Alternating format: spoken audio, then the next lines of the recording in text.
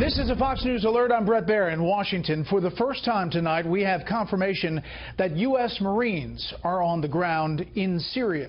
Conventional troops with a specific mission as directed by the president. These are different from the Special Operations Forces that have already been active inside Syria. Let's get the latest on this breaking story from Pentagon reporter Lucas Tomlinson. He has the details. Good evening, Lucas. Good evening, Brett. Well, that's right. U.S. Special Operations Forces have been on the ground in Syria for roughly a year.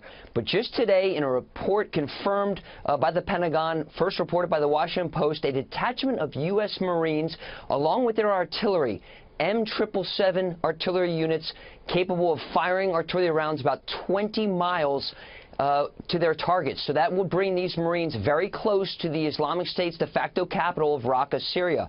Now, this increase in American posture in Syria comes just days after the U.S. military sent another group of U.S. Special Operations Forces to Manbij in northwest Syria.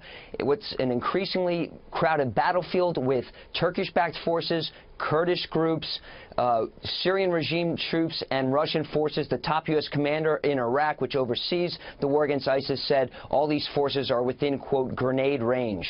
Donald Trump just accepted a plan from the Pentagon, from Defense Secretary Jim Mattis, how to accelerate the mission against ISIS. Here's what Donald Trump said in his joint address to Congress a few days ago.